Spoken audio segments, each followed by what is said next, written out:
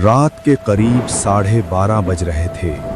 सड़क पर सन्नाटा इतना गहरा था कि गाड़ी के टायरों की आवाज भी किसी डरावने संगीत की तरह गूंज रही थी। आर्यन अपनी पुरानी गाड़ी से शहर की ओर लौट रहा था। बाहर तेज बारिश हो रही थी और कोहरे की वजह से सड़क पर 10 फुट आगे का भी कुछ दिखाई नहीं दे रहा था। ऊपर से ये घना जंगल। तभी अचानक हेडलाइट की रोशनी में आर्यन को दूर एक साया दिखा। एक औरत जो सफेद साड़ी पहने हुए सड़क के किनारे खड़ी हाथ हिला रही थी। आर्यन ने सोचा, इतनी रात को एक अकेली औरत इस बारिश और तूफान में क्या कर रही होगी।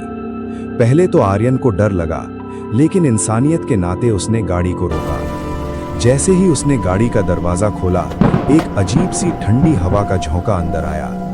आर्यन ने पूछा, तुम इतनी रात में इस घने जंगल में अकेली क्या कर रही हो? औरत कुछ भी नहीं बोली और आकर पिछली सीट पर बैठ गई। उसका चेहरा उसके गीले बालों से ढका हुआ था।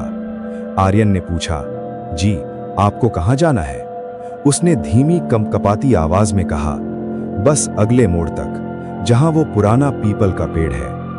आर्यन ने गाड़ी आगे बढ़ा दी। गाड़ी के अंदर का तापमान अचानक गिर गया था। आर्यन को थोड़ा डर भी लग रहा था, लेकिन उसने हिम्मत करके अपने शीशे में उसको देखने की कोशिश की। लेकिन आर्यन को उसका चेहरा ठीक से नहीं दिख रहा था। सिर्फ उसकी आंखें चमकती हुई दिखीं। वे आंखें इंसानी नहीं लग रही थीं। उनमें एक अजीब सी पीली चमक थी।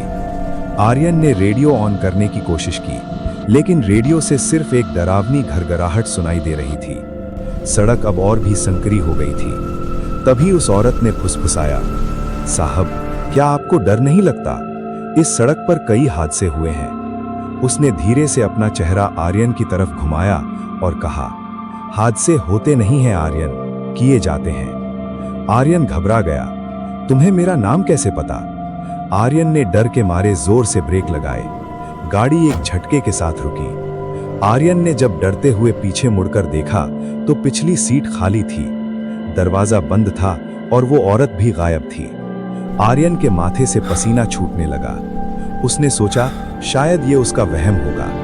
तभी डैशबोर्ड पर रखे फोन की अचानक लाइट जली। उसमें एक फोटो थी, उसी औरत की। हेडलाइन लिखी थी, 5 साल पहले इसी खूनी मोड़ पर एक महिला की मौत, आज तक नहीं मिली लाश। तभी अचानक खिड़की पर एक जोरदार दस्तक हुई। आर्यन ने बाहर देखा। वही औरत खिड़की के बाहर हवा में लटकी हुई थी। उसका चेहरा अब पूरी तरह सड़ चुका था। उसने अपना हाथ शीशे के पार निकाला और आर्यन के गले की तरफ बढ़ाए। आज रात तुम अकेले नहीं जाओगे आर्यन। आर्यन ने गाड़ी भगा दी। अगले दिन जब आर्यन घर पहुंचा तो उसने देखा कि गाड़ी के पीछे वाले दरवाजे पर खून से लिखा था, अगले मोड़ पर फिर मिलेंगे। दोस्तों, कहानी पसंद आई हो तो कमेंट में जरूर बताएं।